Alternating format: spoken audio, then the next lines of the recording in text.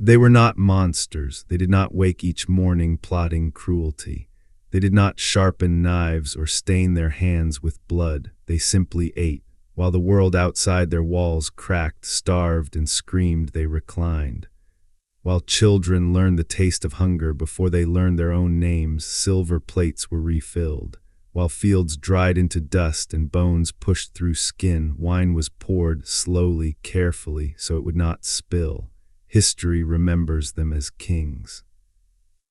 But history rarely lingers on what they did all day, so let us begin there. Picture the palace before dawn, thick stone walls, curtains heavy enough to swallow sound, the smell of roasted meat still clinging to the air from the night before. The king does not wake early, he has no reason to. Outside, farmers rise before the sun, their stomachs already empty, their bodies already tired. Inside, the king sleeps, undisturbed, untouched by the noise of life beyond his chambers. When he finally opens his eyes, servants are already waiting, not to speak of problems, not to speak of suffering, but to dress him, to wash him, to prepare him for eating. Breakfast is not a meal. It is a ritual, bread made from grain taxed out of villages that no longer have enough to plant, honey collected by hands that will never taste it. Meat raised on land where peasants were pushed away to make room for royal pleasure. He eats slowly. There is time. No one interrupts to speak of drought. No one mentions disease. No one dares to whisper the word famine, because hunger is loud and the palace is designed to be silent. Walls do not merely protect kings from enemies. They protect them from reality. By midday, the king is entertained. Music fills the halls. Laughter echoes where cries cannot reach. Dancers move while villages remain still, too weak to move at all. The king nods along, half listening, half bored. He does not ask where the money came from to pay for this performance. He does not ask why taxes were raised again. He does not ask what happens when people have nothing left to give. Why would he? From where he sits, the world appears full. Lunch arrives, more dishes than one body could ever need. Sauces thick with butter, fruit brought from far lands, guarded by soldiers who pass starving towns without stopping. He eats again. Between bites, reports are read, softened, cleaned, stripped of urgency. Some unrest, minor shortages, exaggerations from the countryside. Words chosen carefully. Truth starves before it ever reaches the throne. And so the king learns a dangerous lesson. If he cannot see suffering, then suffering must not be real. Afternoon fades into evening. The king grows tired not from labor, but from indulgence. He naps. Outside the palace there is no rest, only waiting, waiting for rain that does not come, waiting for grain that was taken, waiting for mercy that never arrives. When night falls, the greatest feast begins. Candles are lit. The tables stretch endlessly. The king is surrounded, advisors, nobles, guests, all well fed, all well dressed, all far removed from the ground beneath them. They speak of art, of politics, of glory. They do not speak of the dead. Somewhere beyond the palace gates, a mother stares at her child, trying to decide which one will eat tomorrow because only one can. Somewhere a farmer buries seed knowing it will not grow. Somewhere a man kneels and prays, not for wealth, but for one more day. None of this reaches the king, because comfort is a curtain, and once it is drawn, the world outside may as well not exist. This is how lazy kings ruled, not through constant cruelty, but through constant consumption. Not by violence every day, but by indifference every day. They ate. And in doing so they forgot the faces, forgot the hunger, forgot the cost of the throne they sat upon. And when a ruler forgets his people long enough, the people remember him. That memory does not come quietly. Memory is patient. It does not shout at first. It waits. It settles into empty stomachs, into unpaid debts, into the quiet rage of people who have learned that no one is listening. The king believes distance keeps him safe. Distance between himself and the fields, between himself and the graves, between himself and the truth. But distance does something else. It rots understanding. From the throne, suffering becomes abstract, a number, a rumor. Problem for tomorrow. From the ground, suffering is intimate. It has a name, a face, a weight that never leaves the chest. The king never walks among his people unguarded. When he does appear, streets are cleaned, faces rehearsed, hunger hidden behind forced smiles. The poor are pushed aside so the illusion can pass undisturbed. He returns to his palace believing what he was shown. That belief is fatal, because while he feasts, something else is growing. Resentment does not explode overnight. It accumulates. Every tax demanded when there is nothing left to give. Every soldier sent to collect grain from an empty barn. Every decree signed between courses of dinner. The people learn something the king never does, that their lives are expendable. And once people accept that truth, fear begins to change. Fear turns inward at first, shame, silence, survival, then outward. Whispers start in markets, in fields, in the dark corners of taverns where wine is thin and hope thinner. He does not know. He does not care. He eats while we starve. The king hears none of this. He is too busy being entertained. Hunting trips replace council meetings. Banquets replace justice. Laughter replaces responsibility. The throne becomes a cushion, not a burden. And those closest to power learn quickly. Truth is dangerous. Comfort is rewarded. So they lie. They lie about harvests. They lie about revolts. They lie about the desperation spreading like a disease. Each lie buys another feast, another night of music, another illusion of control. Meanwhile, the countryside empties. People leave their homes not to seek opportunity, but to escape death.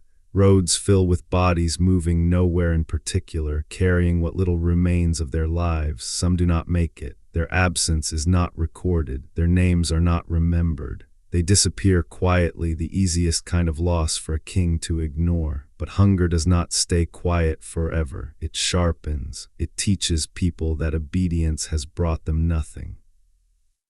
That patience has been repaid with pain, that the throne does not feed them, it feeds on them.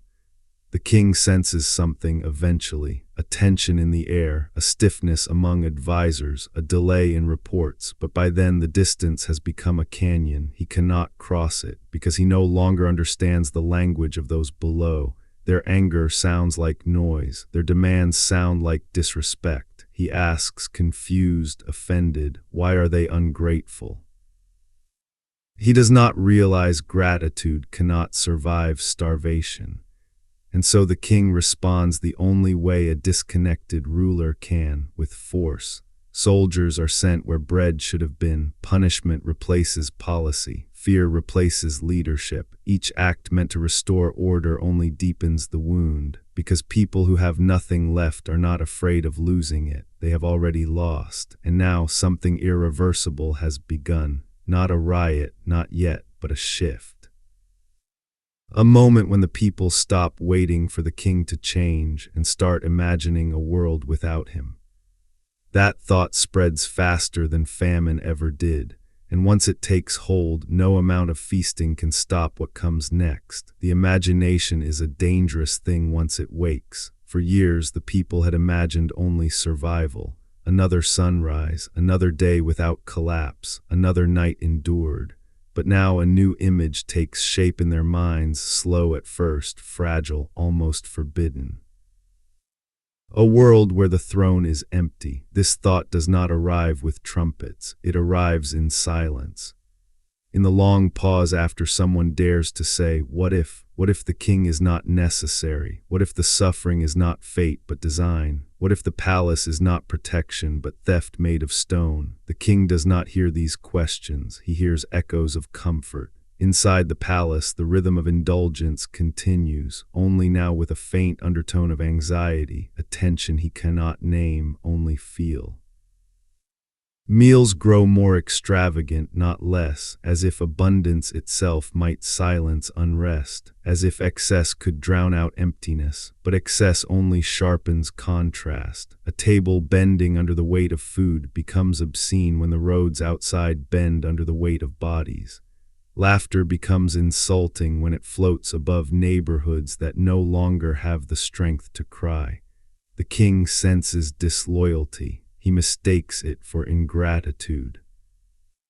He asks his advisors why the people are restless, why obedience no longer comes easily, why the old rituals of fear seem to have lost their effect. The answers he receives are careful, always careful. They are confused. They are being influenced. They do not understand how much you provide. No one says the truth. No one says they are starving. No one says they have buried too many children. No one says they no longer believe you are human. Because to say such things would be to risk the same hunger they escaped by staying silent. And so the king is surrounded not by wisdom but by insulation. Every layer of luxury becomes another wall between him and reality. Every servant who anticipates his needs removes another opportunity for empathy. Every banquet teaches him that the world still works, at least for him. He begins to believe something deeply dangerous, that the throne itself feeds him. That power is nourishment. That as long as he sits above others, he will never share their weakness.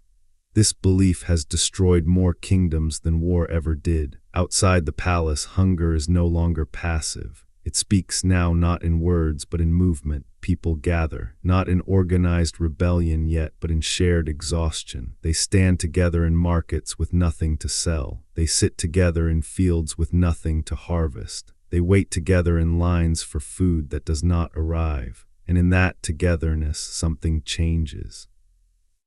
Isolation breaks. Suffering once private becomes communal, and communal suffering always seeks meaning. Stories begin to circulate not just of hunger but of the palace, of what the king eats, of how many courses are served, of how leftovers are discarded without a second thought. These stories spread faster than truth ever could because they do not need proof. Hunger believes them immediately. Soon the palace is no longer distant, it is personal. Every bite the king takes feels stolen. Every glass of wine feels like mockery. Every song played in his halls sounds like laughter at a funeral. The people begin to understand something fundamental, that their suffering is not invisible, it is ignored. And ignored suffering does not fade, it concentrates. The king increases patrols. Guards are stationed at gates, at intersections, near storehouses already emptied. This is meant to reassure the loyal. Instead, it confirms the suspicions of the desperate. Force appears where care never did, and so fear changes shape. It stops pointing upward toward the throne and starts spreading outward sideways, connecting people to one another. Fear becomes anger. Anger becomes courage, not the noble kind spoken of in songs, but the raw courage of people who have nothing left to lose. The king hears reports of unrest now, real unrest, crowds gathering, shouts in the streets, symbols defaced. He is offended. How dare they, he asks. How dare they question the order that has always been? He does not understand that order only survives when it feeds those beneath it. He orders punishments, arrests, public beatings, executions meant to remind people who holds power. These acts are meant to terrify. Instead, they clarify. The people see clearly now. They see that the king is willing to spill blood, but never willing to spill his wine. They see that he responds faster to insult than to starvation. They see that mercy is not absent, it is reserved. Each punishment becomes a lesson, not in obedience, but in inevitability. The king, still eating, still surrounded by abundance, convinces himself that the storm will pass. Storms always pass, he thinks. Kings always endure. History, after all, has told him so. But history is selective in palaces. It celebrates crowns, not consequences. It remembers victories, not the rot that preceded collapse. The king does not see that something essential has already died. Trust, and once trust is gone, a throne is just a chair placed too high above the ground. One night, as another feast unfolds, something small happens. A servant hesitates just for a moment. The pause is barely noticeable, a heartbeat longer than usual before refilling a cup, before bowing, before stepping back. The king notices. He feels it like a draft in a sealed room, discomfort. He dismisses it, waves it away with another bite, another swallow, another distraction. But that hesitation matters, because servants see what kings cannot. They hear what walls cannot block. They feel the shift before banners ever rise, and the shift is unmistakable now. The people are no longer asking for relief. They are asking for reckoning, not yet with weapons, not yet with fire, but with memory. They remember every tax, every empty promise. Every winter endured while the palace glowed with warmth and light. Memory sharpens hunger into purpose, and purpose, once formed, does not dissolve. The king sleeps that night in silk sheets, convinced that morning will come as it always has. He does not realize that for the people, morning has already arrived, not the kind that brings hope, the kind that brings decision. Morning arrives quietly in the palace. It always does. Sunlight filters through tall windows, softened by curtains woven to tame even the harshest glare. The air is calm, scented faintly with last night's incense, untouched by smoke or rot or desperation. The king wakes as he always has, not to urgency, not to fear, but to routine. He stretches, servants enter, water is poured, garments are prepared, jewelry is selected not for meaning but for habit. Each movement around him is precise, practiced, silent. This silence is mistaken for peace. Outside, the city does not wake quietly. It wakes in murmurs, in footsteps that linger too long at corners, in glances exchanged without words, in doors opened cautiously as if the day itself might be dangerous. Hunger has trained people to listen, and this morning they hear something different in the air, not panic, expectation. The king eats breakfast unaware of this shift. The food is excellent, it always is. He comments on the bread, the fruit, the preparation. He asks whether the cook used a new spice. He nods, satisfied. This is the tragedy of isolation. It teaches a ruler to notice details that do not matter while blinding him to the ones that do. Reports arrive mid-morning. They are longer now, heavier, more cautious in their phrasing. Words like gatherings and tensions appear more frequently. The king listens with mild irritation. Why must problems intrude upon his day? He waves a hand. Handle it, he says. Those two words have carried kingdoms into ruin. Handle it. They are spoken by people who no longer understand what it is. The advisors bow and withdraw. They do not argue. They have learned that disagreement is dangerous and truth even more so. They will handle it the only way they know how now, by tightening control, by raising voices, by showing force where compassion was never allowed to grow. By midday, the streets are full, not crowded, full. There is a difference. Crowds gather to celebrate or protest. Full streets feel heavy, slow, burdened. People are not marching yet. They are standing, waiting, watching. The palace gates remain closed. From behind them, the king prepares for lunch. He does not look outside. He has not looked outside in years. Lunch is late. There are interruptions, whispers between servants, glances that linger, a goblet refilled too quickly, then not quickly enough. The king notices these things now. They irritate him. He snaps at a servant for spilling a drop of wine. The servant apologizes, trembling. The king feels powerful again. Power soothes insecurity. It always has. In the city, a voice rises, not loud at first, not angry, just clear. Someone speaks the truth without ornament. We are hungry. Others repeat it, not as a chant, not yet as confirmation. Guards shift uncomfortably. They have been given orders, but orders are easier to follow when the enemy is obvious.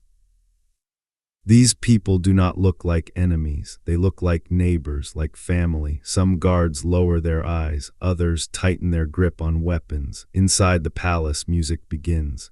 The king prefers it loud today, something to drown out the unease he cannot explain. The musicians play faster than usual, their smiles fixed, their hands slightly unsteady. The sound carries. It floats above the city like a cruel joke. those below hear it, and something breaks, not in a single person but across many at once. A collective snapping of restraint stretched too far for too long. The hunger that learned to speak now learns to shout. Voices rise, not with demands anymore, but with accusation. You knew, you ate, you watched us disappear. The guards are ordered forward, they hesitate. This hesitation is everything. It is the moment power fears most, when obedience pauses long enough for conscience to breathe. A stone is thrown, no one knows who threw it, it does not matter.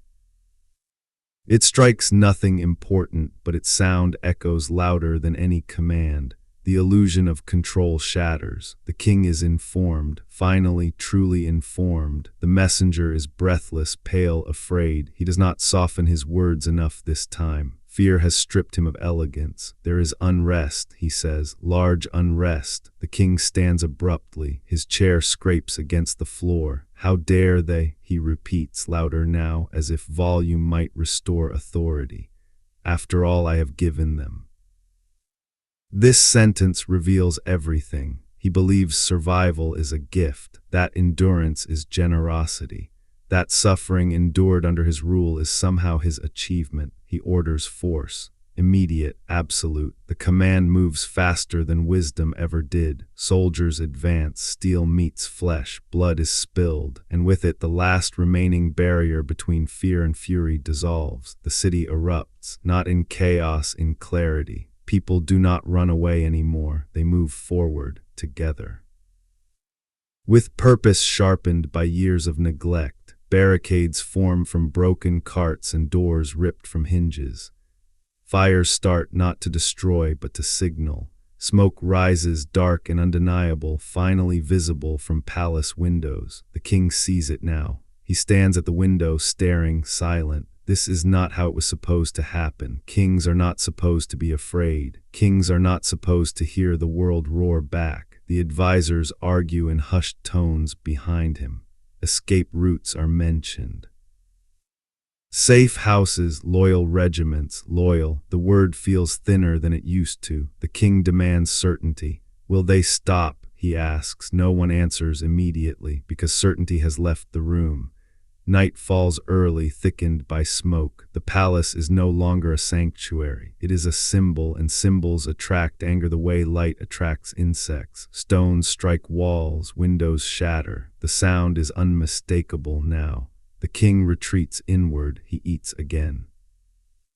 Not because he is hungry, but because eating has always worked before. It has always restored his sense of normalcy, his belief that the world still obeys him. But the food tastes different. It tastes like fear. Each bite feels heavy, each swallow forced. The ritual no longer comforts him, it mocks him. For the first time, the king understands something he never allowed himself to consider, that the feast was never protection. It was delay. Outside, the people do not chant his name anymore. They chant absence, they chant endings, they chant a future without him. The king realizes too late that power is not taken in a single moment. It is withdrawn slowly, quietly, until one day it is simply gone, and tonight it is leaving him. The palace trembles not from attack, but from inevitability. Servants flee, guards desert, doors once guarded with devotion now stand unprotected. The king is alone, not physically, but existentially. For the first time in his life, no one is there to shield him from consequence. He thinks of the meals, the wine, the laughter. He wonders briefly whether it could have been different. The thought is fleeting. Regret, like compassion, requires practice, and he never practiced either. Outside, the gates begin to fall. The sound is not thunder. It is deeper than that, wood cracking under pressure. Iron screaming as it bends, stone answering with a low, ancient groan. The palace gates built to impress, built to intimidate, built to separate, begin to fail. They have not been tested in generations. They were meant to keep enemies out, not truth in. The king hears the noise from deep within the palace. It travels through corridors that once carried only music and soft footsteps. Now it carries something else, consequence. He stands still. For the first time, there is nowhere to retreat that feels safe. Every chamber suddenly feels exposed, every hallway too long, every luxury too fragile. The palace, once a fortress of comfort, reveals its true nature, a cage made of gold. Advisors rush past him, no longer bowing, no longer pretending. Their faces are stripped bare by fear. Some shout conflicting orders. Others say nothing at all, already calculating survival without a crown. Loyalty evaporates quickly when it has never been fed by respect. The king demands answers, but his voice no longer commands the room. It echoes uselessly against stone that does not care who he is. Authority, he learns too late, exists only because others believe in it, and belief has abandoned him. Outside, the people push forward not as a mob, but as a force shaped by years of shared deprivation. Hunger has disciplined them. Suffering has unified them. This is not chaos. This is release. The gates give way. They do not fall all at once. They sag, then split, then collapse inward with a violence that feels almost ceremonial. The final barrier between ruler and ruled dissolves in dust and splinters. For a moment there is silence, the kind that follows a long scream. Then the palace is entered, feet cross thresholds that were once forbidden. Hands touch walls meant only for the powerful. Eyes take in space designed to overwhelm and exclude. The sheer scale of excess is shocking. Rooms larger than entire homes. Food stored where none was allowed beyond the gates. Art purchased with lives hung where starving eyes never looked. Some people stop stunned, others weep. A few laugh not with joy but with disbelief. This, they say, this is where it went.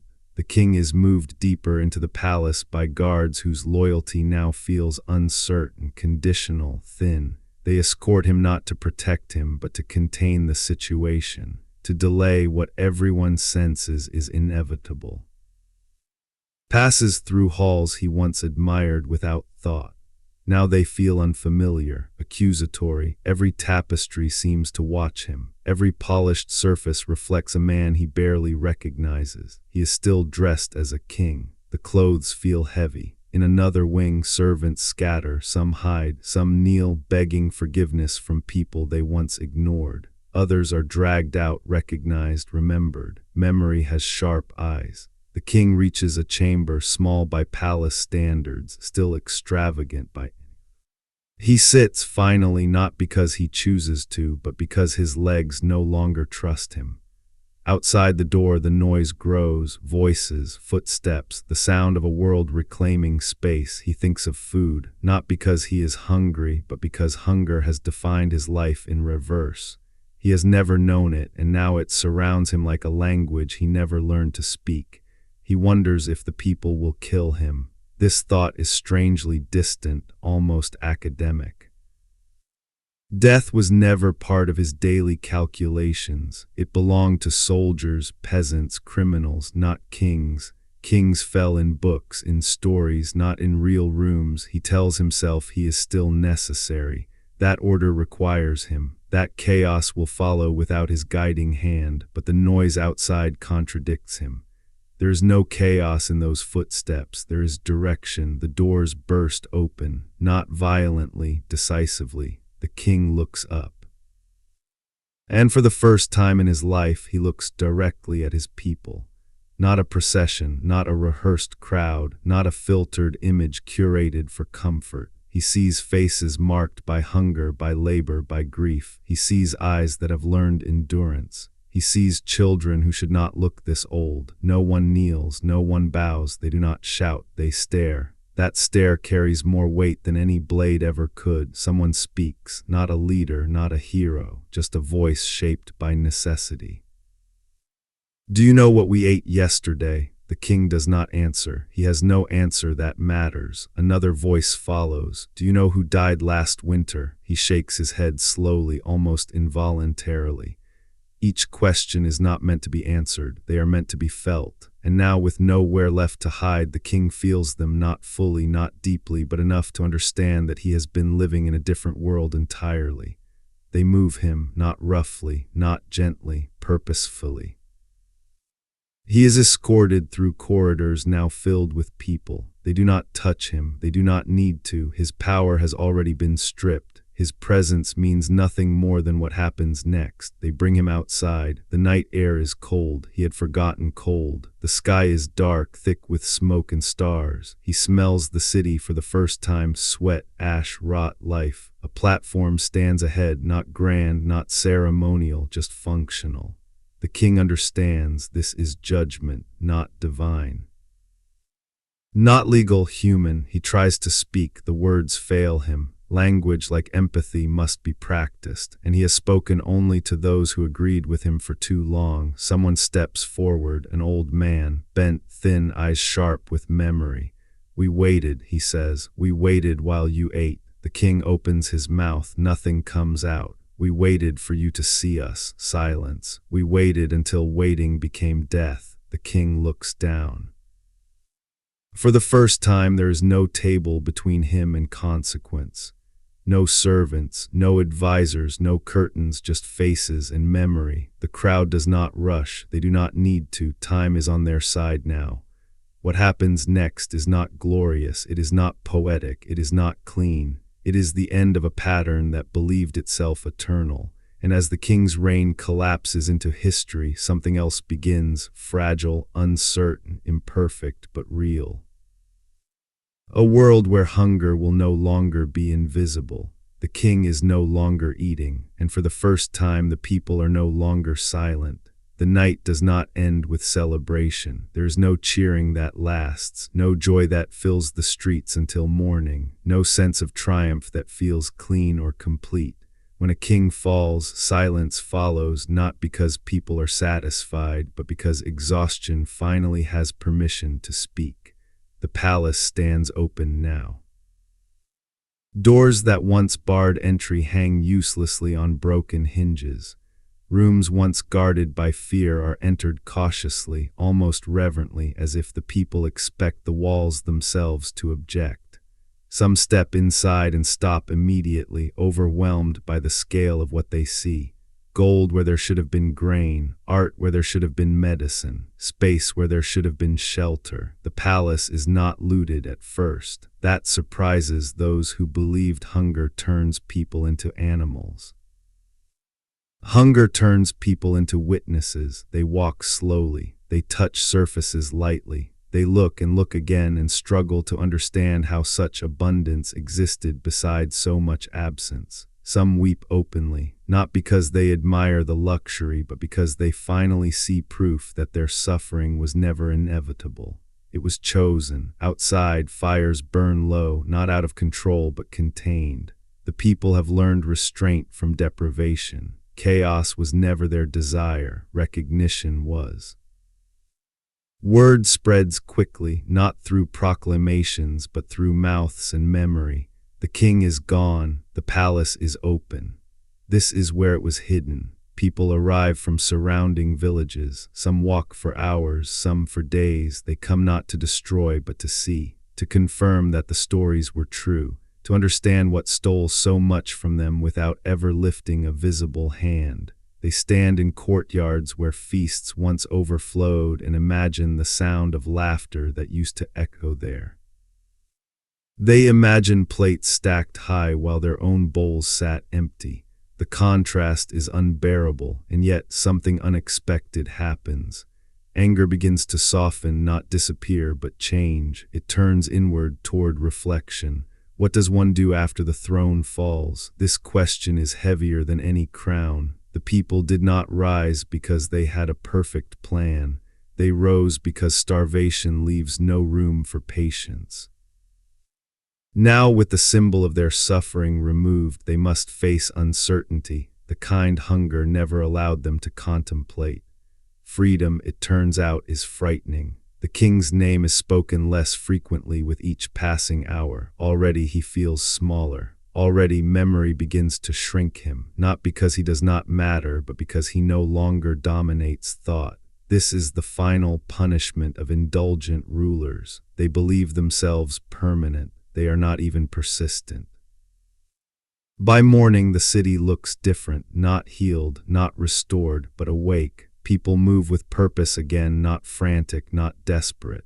Food is found in stores once sealed for royal use. It is distributed carefully, deliberately, as if everyone understands that waste now would be a sin. Children eat without rushing. That alone feels revolutionary. The palace kitchens, vast, excessive, become communal. Fires burn there again, but this time for many, not a few. The smell of food drifts through streets that once carried only the odor of decay. The irony is quiet and sharp. The same walls that once isolated abundance now shelter survival. The king's chambers are avoided. No one wants them. They are too quiet, too heavy, too full of absence. Someone suggests tearing the palace down. Another suggests turning it into a reminder. The debate lasts long into the day.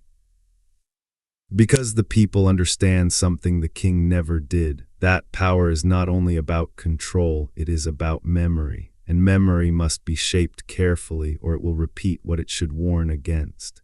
In distant regions, news travels slower, but it travels. Other rulers hear of what happened. Some scoff, some panic, some pretend not to notice. Those who eat well dismiss it as an anomaly. They were ungrateful. He was too kind. Such things could never happen here.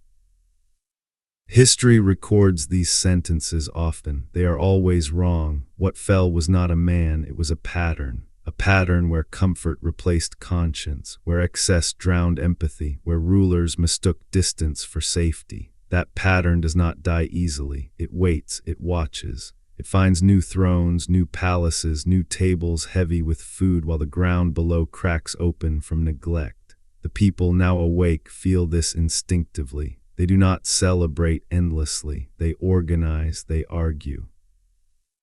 They disagree. This is messy, imperfect, human, but it is real, and reality, unlike illusion, can sustain life.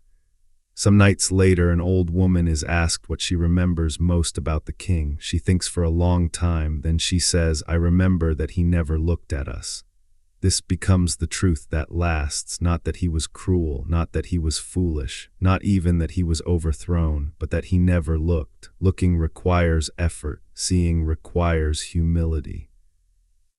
And humility is the one thing indulgence cannot tolerate. Years pass, the palace changes, walls are repurposed, rooms are renamed, new generations grow up playing where no child was once allowed to step. They ask questions. Why was this built so big? Who lived here? What happened to him? The answers are careful. He lived above others. He ate while they starved. He forgot what power was for. The story is told again and again, not to glorify rebellion, but to warn against forgetting. Because forgetting is how it begins, always. A ruler stops walking among the people, stops listening, stops feeling. Meals get larger, problems feel smaller, distance grows, and somewhere hunger starts learning to speak.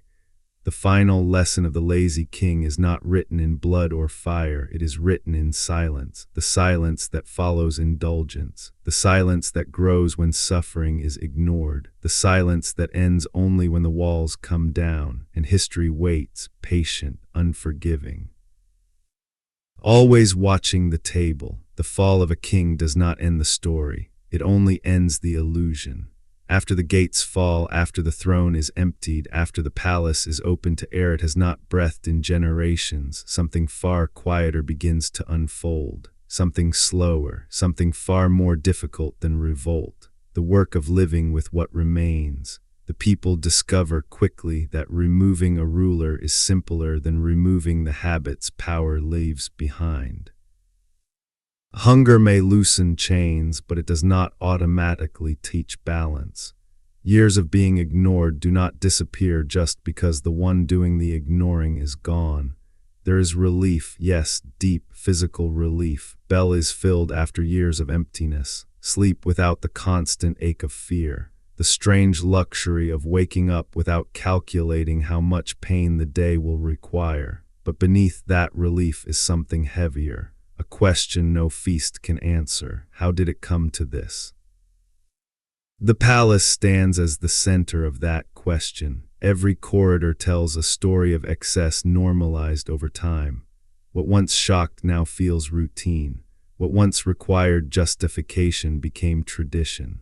Servants recall how quickly extravagance stopped feeling wrong, how repetition dulls even moral discomfort. That is the true danger of indulgence. It does not arrive as cruelty. It arrives as comfort. One meal becomes two. One privilege becomes a right. One wall becomes many. And slowly, almost invisibly, a ruler's daily life detaches from the lives that sustain it. The people walk through rooms where kings once paced impatiently, frustrated by delays that now feel laughably small. They stand in halls designed to amplify footsteps and realize how carefully power was staged, how even architecture participated in separation. These spaces were never meant to serve. They were meant to remind everyone who entered that they were small, replaceable, beneath. And for a long time, the reminder worked. That is why the fall feels so disorienting, because fear had organized life. Now fear has withdrawn, and its absence leaves confusion in its place.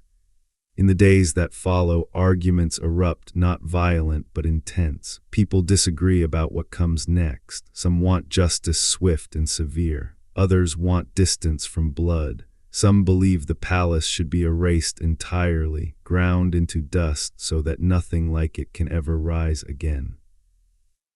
Others insist it must remain, not as a monument to power, but as evidence.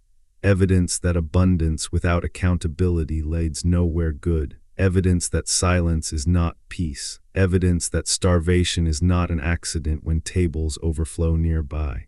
These debates are loud, emotional, unresolved, and that too is new. Under the king, disagreement was dangerous. Silence was survival. Now voices overlap. They interrupt. They argue. It is messy, but it is alive. The king never understood this distinction. He believed order meant quiet, that stability meant stillness, that obedience was the same as harmony. He did not realize that silence, when forced, is merely pressure waiting for release, and release always comes. Far away in other palaces, other kings sit at other tables. They hear fragments of what happened, not the truth, never the full truth. They hear softened versions, convenient versions, a rebellion, a failure of control, a temporary disturbance. They reassure themselves that they are different. They eat differently, rule differently, care more. Every ruler believes this. Every ruler who has ever fallen believed this too. The people, meanwhile, begin to notice something unsettling. The absence of the king has not removed inequality entirely. Some still have more, some still speak louder, some still drift closer to decision-making than others. Power, it seems, is not a single figure. It is a shape. And shapes can reform. This realization does not break them, it sharpens them. They watch now, they remember, they question. Where once questioning meant punishment, now it means participation. Where once memory was dangerous, now it is necessary. Stories of the king's habits are told in detail. How late he woke, how many courses he demanded, how problems were postponed until tomorrow, a tomorrow that never came for the hungry. Children listen wide-eyed. They ask why no one stopped him sooner. Adults hesitate because the answer is uncomfortable. We were afraid. We were tired. We were trying to survive. These are not excuses. They are warnings, because survival alone cannot prevent history from repeating itself. Only awareness can. Time passes. The urgency fades as it always does. Pain dulls. Comfort returns in small, cautious amounts. And with comfort comes temptation, the temptation to forget. This is when the shadow of indulgence stretches longest, not when people starve. But when they begin to feel full again, that is when memory must be guarded. The palace becomes quieter over time, not abandoned but settled. Its meaning shifts slowly from outrage to reflection. It no longer dominates conversation, but it never disappears. And that is intentional, because erasing symbols of excess does not erase the mindset that created them. only vigilance does. Some nights, elders sit with the young and speak not of heroism, but of neglect. They explain how suffering grew not from a single decision, but from 1,000 small dismissals. He did not wake up evil, they say. He woke up comfortable. And comfort, unexamined, is the most efficient eraser of empathy humanity has ever known. The lesson spreads quietly. Power must be approached, not admired. Luxury must be questioned, not envied. And any ruler who eats too well while others grow thin must be watched closely, not hated, not worshipped, but watched. Because history does not repeat itself loudly, it repeats itself politely, with invitations, with banquets, with smiles that say everything is fine until it is. And somewhere even now a table is being set. The table is never empty. That is the lie history tells those who wish to forget. When one feast ends, another quietly begins somewhere else, under a different roof, behind different walls, surrounded by new faces who believe themselves wiser than those who came before.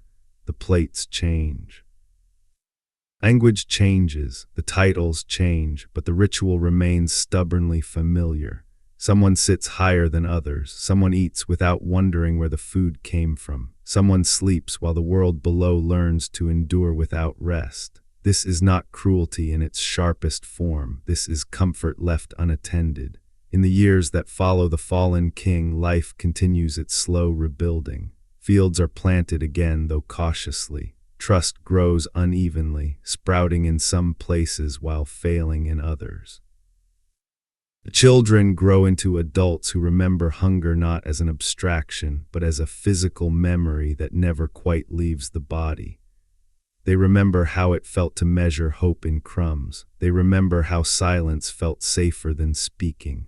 They remember the sound of gates falling not as violence, but as release. And yet, even among them, memory begins to soften, not because they want it to, but because time insists. Pain dulls at the edges. Scar tissue forms. New concerns replace old ones. A generation rises that did not starve, that did not watch neighbors disappear, that did not hear music drifting from a palace while their stomachs burned. They listen to the stories with interest, even respect, but interest is not the same as vigilance. The elders notice this shift and feel unease they cannot fully explain. They see comfort returning, carefully at first, then more freely. They see leaders emerge who speak well, who promise stability, who offer reassurance instead of accountability. They see the beginnings of distance, not physical distance yet, not walls or gates, but something subtler and more dangerous. Distance of understanding. Meetings grow longer and less accessible. Decisions become wrapped in language that sounds responsible but feels unreachable. Policies are explained, not discussed. The people are thanked for their patience, reminded of past chaos, encouraged to trust. Trust is requested more often than it is earned. At first, this seems reasonable. After all, order is fragile. Everyone remembers what disorder felt like.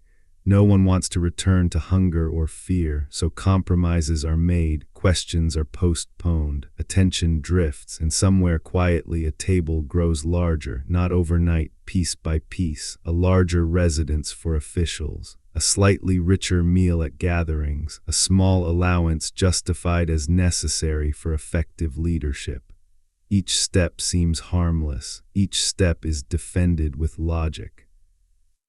This is how indulgence survives, not through excess, but through rationalization. No one says, let us ignore the people. They say, we must focus on the big picture. No one says, let them suffer. They say, resources are limited. No one says, we deserve more. They say, responsibility requires compensation. The language is clean, the effect is familiar. Those who once starved watch closely. Some speak up, others hesitate. They remember how dangerous speaking once was, and although the danger has changed, the instinct remains. Fear does not vanish when oppression ends, it adapts. The palace, now repurposed, reshaped, begins to feel distant again, not forbidden but irrelevant. decisions made there feel abstract, consequences felt elsewhere. The same separation wearing a kinder face. And so the cycle prepares itself not loudly, not violently, but patiently, because patience is power's greatest ally. It waits for exhaustion, it waits for distraction, it waits for people to grow tired of paying attention. History understands this well. That is why it does not shout its warnings, it whispers them in quiet shifts of habit, in subtle changes of tone, in moments when someone says, "This isn't so bad," and no one disagrees. Some nights the elders walk past the old palace alone. They feel something heavy in their chests, not fear, not anger, but recognition. They know how easily vigilance slips into nostalgia, how quickly necessity becomes entitlement. They wonder whether the story will be remembered accurately or softened into something safer. They wonder whether the next ruler will learn from memory or benefit from forgetting, because forgetting is not passive, it is cultivated. It grows when stories are shortened, when discomfort is edited out, when suffering is summarized instead of felt. It grows when people are encouraged to look forward only, never back, and forgetting always sets the table again. Somewhere else, another ruler wakes late, not out of malice but out of habit. Someone brings food without being asked. Someone filters reports to avoid discomfort. Someone says the people are restless, and someone else replies they always are. The first bite is taken, nothing collapses. The second bite follows, still nothing collapses. This is how danger disguises itself, by arriving without immediate consequence. The ruler relaxes, the meals continue. Outside, life goes on. People work, struggle, adapt. They complain but softly. They hope but cautiously. They assume someone is paying attention. Someone always assumes this. And that assumption is the most valuable currency indulgence has ever possessed, because as long as people believe someone else is watching, no one watches closely enough. The table grows, the distance widens. And hunger, somewhere in the margins, begins to learn again, not how to survive, but how to speak, quietly at first. At first, no one notices the quiet, not because it isn't there, but because it feels familiar. Silence has many disguises. Sometimes it arrives as peace, sometimes as relief, sometimes as the simple absence of chaos people are too tired to question. After years of upheaval, calm feels like a reward, and rewards are rarely interrogated. The streets grow orderly again. Schedules return, markets stabilize. Life resumes its rhythm, and with rhythm comes routine, and with routine comes forgetting. Not deliberate forgetting, not denial, just the slow human tendency to let urgency fade. The people still talk about the fallen king, but the tone changes. The anger softens into cautionary humor. His excess becomes anecdote rather than warning. Children repeat the stories without fully understanding why adults lower their voices when they speak his name. The lesson begins to shrink, and while memory shrinks, distance grows. The new leaders, whatever titles they choose, speak often of unity. They emphasize stability. They remind the people how fragile progress is, how easily things can fall apart again. They are not lying, but they are not telling the whole truth either, because fragility can be used. It can be used to excuse secrecy, to justify delay, to discourage scrutiny. Now is not the time, they say, whenever difficult questions arise. And because people remember chaos more vividly than injustice, they agree. For a while, meetings move behind closed doors, not to exclude, they insist, but to protect. Information is summarized instead of shared. Decisions are announced as conclusions rather than conversations. The people are thanked for their trust. Trust becomes a habit, and habits are powerful. In kitchens and fields, people speak less about leadership and more about survival again. Not because conditions are as dire as before, but because attention has shifted. The instinct to watch power closely weakens as daily life demands focus elsewhere. Power notices this immediately. It always does. Resources begin to pool upward again, slowly, subtly. No single act feels outrageous. Each can be explained. Each can be defended. A larger residence is needed for security. A dedicated staff is necessary for efficiency. Special provisions ensure leaders can focus on governance without distraction.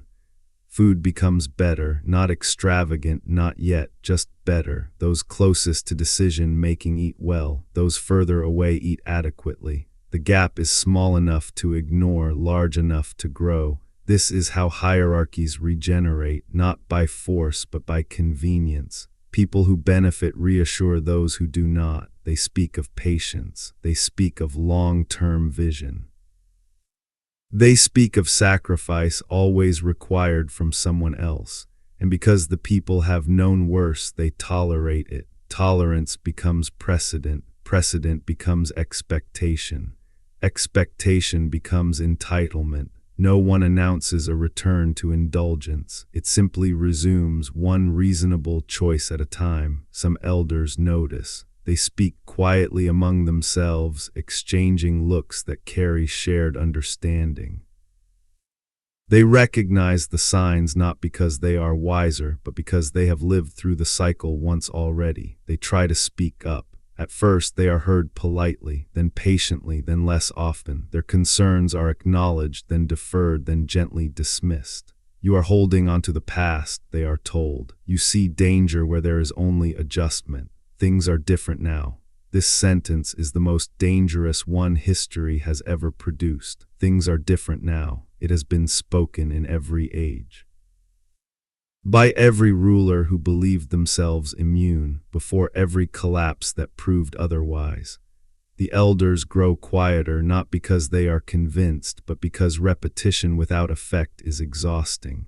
They turn their focus inward to family, to small communities, to what they can still protect. And as they withdraw, a vacuum opens. Power expands to fill it. The table grows again. More seats are added, advisors, officials, supporters. The meals become events, not feasts, but gatherings, networking. Strategy, celebration of progress. Music returns, not loud enough to offend, but loud enough to distract. The symbolism is not lost on those who remember. They feel a tightening in their chests when they hear laughter carried from places where decisions are made.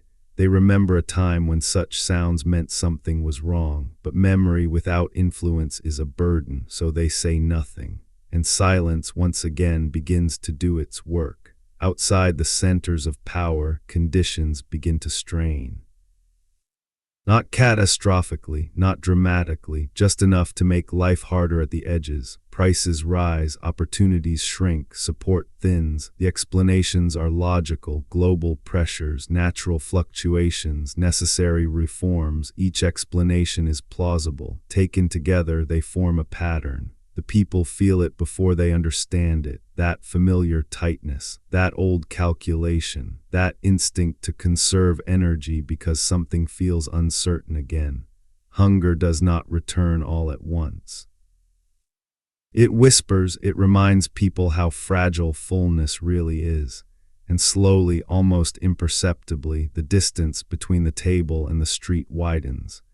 Those who sit at the table speak of responsibility and burden. They complain of stress, of sacrifice, of the difficulty of leadership. They feel misunderstood. They believe they deserve comfort because of the weight they carry. They forget who carries the weight beneath them, or perhaps they never knew. The tragedy is not that power corrupts.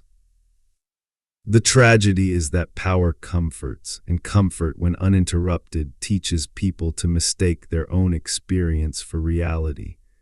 One evening, a young official pauses mid-meal and asks a question, not accusatory, just curious. "How are things outside?" The room goes quiet for a moment, then someone laughs softly. "They're fine," another replies. "Better than before." No one asks how they know. The question dissolves into conversation. Plates are cleared, wine is poured, the moment passes. But the seed has been planted. Somewhere beyond those walls, someone skips a meal. not because there is nothing to eat, not yet, but because there is not enough. They tell themselves it is temporary. Temporary is how it always begins, and in the quiet that follows, history lines forward, attentive once more. Hunger never announces itself. It does not arrive with banners or warnings. It does not knock, it seeps. It settles into corners of life so ordinary that no one thinks to name it at first. A skipped meal here, a stretched portion there, a quiet decision made late at night when the day's math no longer works. People tell themselves it is manageable. They have told themselves this before. In the beginning, hunger is polite. It waits. It allows hope to negotiate on its behalf. It lets people believe that tomorrow will be better, that this week is an exception, that next month things will stabilize. Tomorrow becomes next week becomes next season, and still the table remains uneven. Those closest to power continue to eat well, not extravagantly, never extravagantly, not anymore. They know better than that. They eat just well enough that their comfort does not feel obscene to them, just well enough that they can claim moderation, just well enough that guilt does not interrupt appetite. The people farther away adjust. They adapt. Humans are excellent at adapting to deprivation. They cut corners, they stretch supplies, they invent new ways to endure. This ingenuity is praised by leaders as resilience, as strength, as proof that things are working. But resilience, when demanded repeatedly, becomes exploitation. The leaders speak often now. They speak in careful tones about patience, about shared sacrifice, about the importance of staying the course. They remind the people of past suffering not to honor it, but to frighten them. You don't want to go back to that, they say. And the people agree. Memory, once a warning, is now a leash. Those who remember the fallen king feel the weight of this most sharply. They recognize the pattern, but they also recognize the fear. They know how quickly instability can turn into catastrophe. They have lived it, so they hesitate. They wait for clearer signs. They wait for undeniable proof. They wait for hunger to become loud enough that speaking feels justified. Hunger is patient. It understands waiting. Quiet homes, parents begin making choices they hoped never to make again. Not dramatic ones, subtle ones, ones that sound reasonable when explained. I'm not that hungry. Let the children eat first. I'll eat later. Later becomes habit. Children notice more than adults expect. They feel the tension in rooms where food used to feel secure. They hear conversations cut short. They learn instinctively to eat quickly when food appears. This is how hunger teaches itself across generations. The leaders do not see this, or perhaps they do, but only as data. Reports come in softened, summarized, framed. Numbers replace faces. Percentages replace stories. Words like impact and mitigation create distance where urgency should be. Distance is comfortable. Distance allows sleep. At the table, discussions turn technical. Solutions are proposed that require time, investment, patience, always patience. The people are thanked for enduring. Endurance becomes a virtue again. Virtue is cheaper than food. Somewhere a young mother stands in a market counting coins again. She recognizes the feeling immediately, the old tightening in her chest, the quiet anger that comes not from lack alone but from recognition. She remembers stories, not from books, from voices. She remembers hearing about a king who ate while people starved. She remembers believing that such things belonged to the past, that they were warnings already learned. Now she wonders, not whether history repeats itself, but whether it ever stopped. She does not protest, not yet. She is busy surviving. Survival demands focus. Focus steals attention from power. Power thrives on this. The table grows slightly more elaborate again, nothing excessive, just improvements, better ingredients, more variety, a sense of deserved reward for hard work done on behalf of others. Those who sit there talk about burden. They speak of sleepless nights, of difficult choices, of criticism they believe is unfair. They comfort one another with the shared belief that leadership is sacrifice. They rarely mention food. They do not notice that they are eating while having this conversation. Outside, the weather turns, harvests are thinner, supply chains strain, the explanations multiply, each one makes sense. Together, they form a wall of inevitability that discourages questioning. People begin to say, "There is nothing to be done." This sentence is dangerous. It is the sound of resignation taking root. When people believe nothing can change, they stop looking for who benefits from things staying the same. The elders hear this phrase and feel a chill deeper than hunger. They recognize resignation as the final stage before repetition. They remember what happens when people stop believing their attention matters. They try again to speak. This time, fewer listen. Their voices sound like echoes from another era.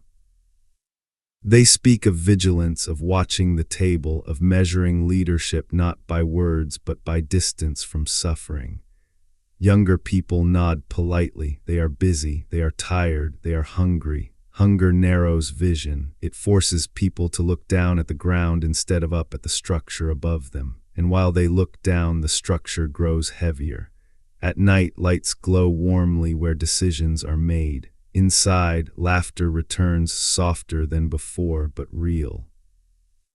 Music plays again, carefully chosen, tasteful, unthreatening. The sound drifts, it always drifts. Somewhere, someone hears it while lying awake, stomach tight, mind racing.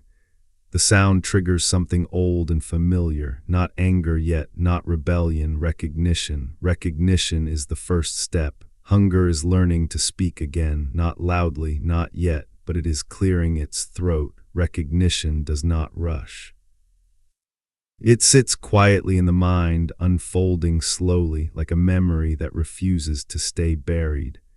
At first, it feels personal, a private unease, a sense that something is off but not yet dangerous. People blame themselves before they blame systems. They assume they miscalculated, misplanned, misunderstood. That instinct serves power well, because as long as hunger feels like failure, no one asks who benefits from it. So people work harder, they take on more hours.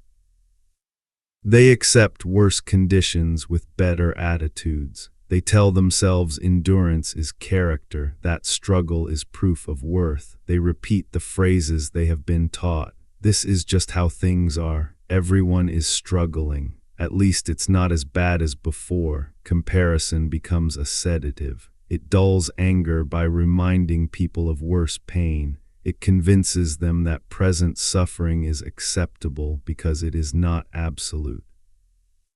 And in that space between comfort and collapse, power settles in comfortably. The table remains full, not overflowing, not obscene, but undeniably secure.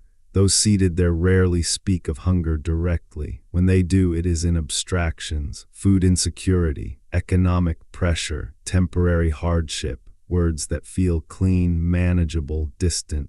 They do not feel the sharpness of an empty stomach at night.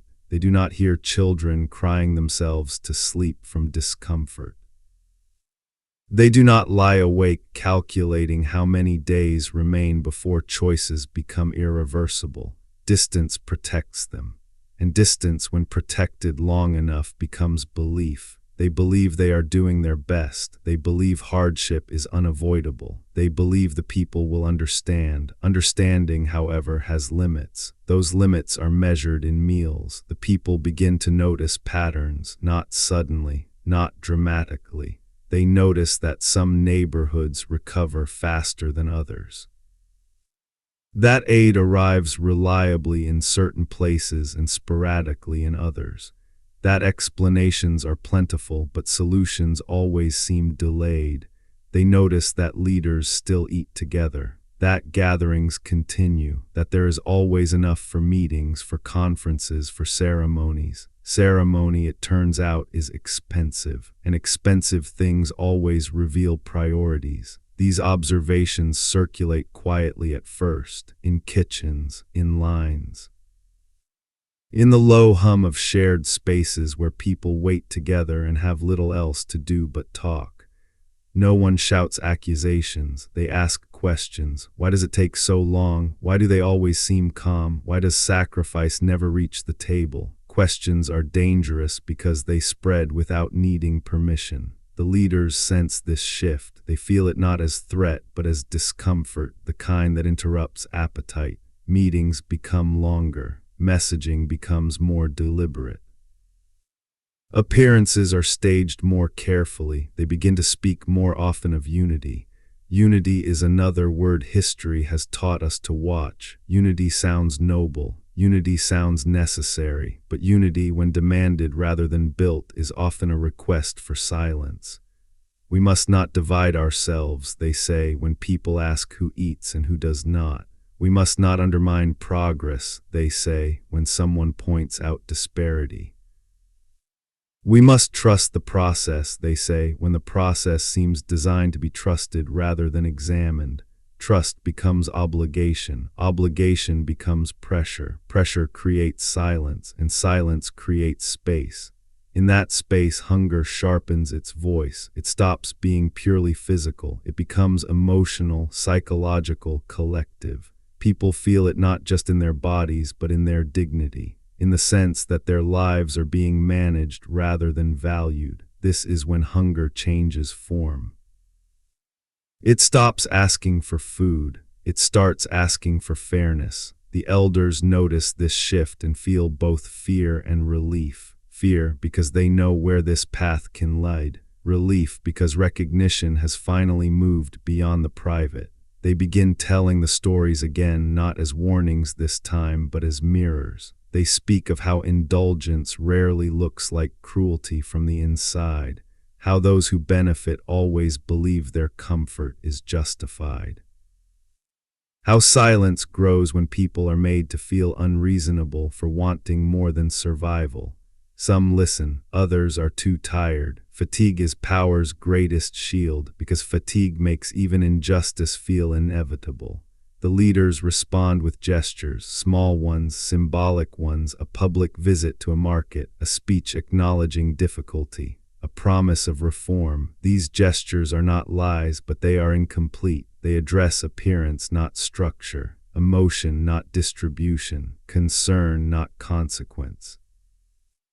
The table remains unchanged. Those who sit there feel reassured. They believe they have done enough to restore confidence. They return to their meals with lighter hearts. Outside, the people feel something else, not relief, suspicion. They have learned slowly and painfully that acknowledgement without change is simply another delay. And delay is something hunger understands very well. Delay is how it grows. In some places, people begin organizing again, cautiously, informally, without banners or demands. They share information, they compare experiences, they map disparities not on paper but in conversation. This is not rebellion, it is awareness. Awareness is quieter but far more dangerous to entrenched comfort. The leaders hear whispers of this and feel irritation. They frame it as impatience, as ingratitude, as destabilizing behavior. They remind one another of the burden they carry, of the complexity outsiders cannot see. They eat. The meals continue, but something has changed. The laughter is thinner now, the conversations more guarded, the pleasure slightly diminished. Because somewhere deep beneath the layers of justification and comfort, a question has begun to form. What if they are watching again? That question is not yet fear, but it is the beginning of it. And hunger, patient as ever, waits for that fear to mature. There is always a moment before a voice is raised. History rarely names it, but it always exists. It is the moment when people stop asking whether their suffering is deserved and begin asking whether it is necessary. The moment when private endurance starts to feel less noble than collective awareness. The moment when silence, once protective, begins to feel like complicity. This moment is quiet. It does not arrive with crowds or chants or fire. It arrives in kitchens, late at night, when exhaustion strips away politeness. It arrives in the pause after someone finishes explaining why things are hard and no one nods anymore. It arrives when patience, long praised as virtue, starts to feel like abandonment. The people do not suddenly become angry, they become clear. Clarity is far more dangerous to power than rage. Rage burns hot and fast. It can be redirected, exhausted, punished. Clarity endures, it observes, it remembers. It connects dots that were never meant to be seen together. The people begin to notice not just that they are hungry, but why they are hungry. They notice patterns that no speech has explained away. They notice that scarcity always appears at the edges first. That relief arrives selectively. That urgency is declared only when comfort is threatened. They notice that when resources are discussed, the language shifts, that the word impossible is used only in one direction, that sacrifices are always framed as shared, but always experienced unevenly. They notice the table again, not just what is on it, but where it is, who sits closest, who never waits, who speaks while eating and who eats only after listening. They notice who is tired and who is rested. These observations are not dramatic, they are devastating, because once seen they cannot be unseen. The leaders sense the shift more strongly now, not through reports, those still soften reality, but through atmosphere, through conversations that feel restrained, through eyes that linger a little longer than before, through applause that arrives late if at all. They respond instinctively, with reassurance. They speak more often. They emphasize transparency while offering summaries. They promise inclusion while managing participation. They frame critique as negativity and patience as maturity. They mean well. That is the most dangerous part. Because when leaders believe their intentions absolve their outcomes, they stop listening for harm. Inside their chambers, discussions turn defensive.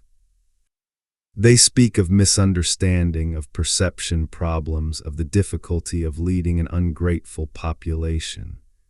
They remind one another how much worse things could be. They remind one another how much they have sacrificed. They do not remind one another to skip meals. The table remains full, but it no longer feels invisible. Some leaders feel a faint discomfort when they eat now. Not guilt. Guilt would require acknowledgement, but irritation.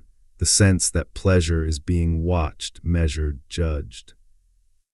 They dislike this feeling. They tell themselves it is unfair. They have worked hard. They have earned their position. They carry responsibility others cannot imagine. They deserve sustenance. This logic is seductive. It transforms privilege into necessity. And necessity, once claimed, is rarely surrendered. Outside, the people do not rush. They have learned patience too well. They test their voices quietly at first, not in public declarations, but in shared language.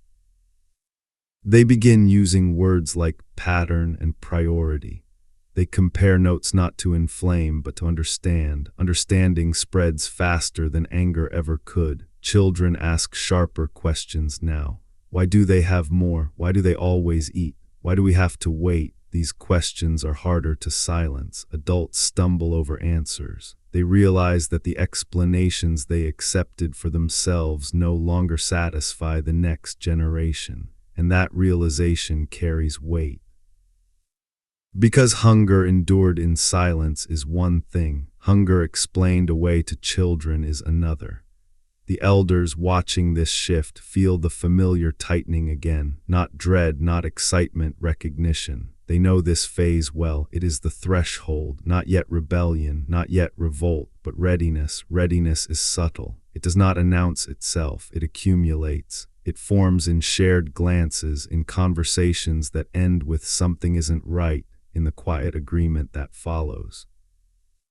The leaders feel pressure now, though they cannot yet name it. They grow more careful with appearances. They schedule visits. They stage humility. They speak of reform more urgently. But reform that preserves the table is not reform. It is delay.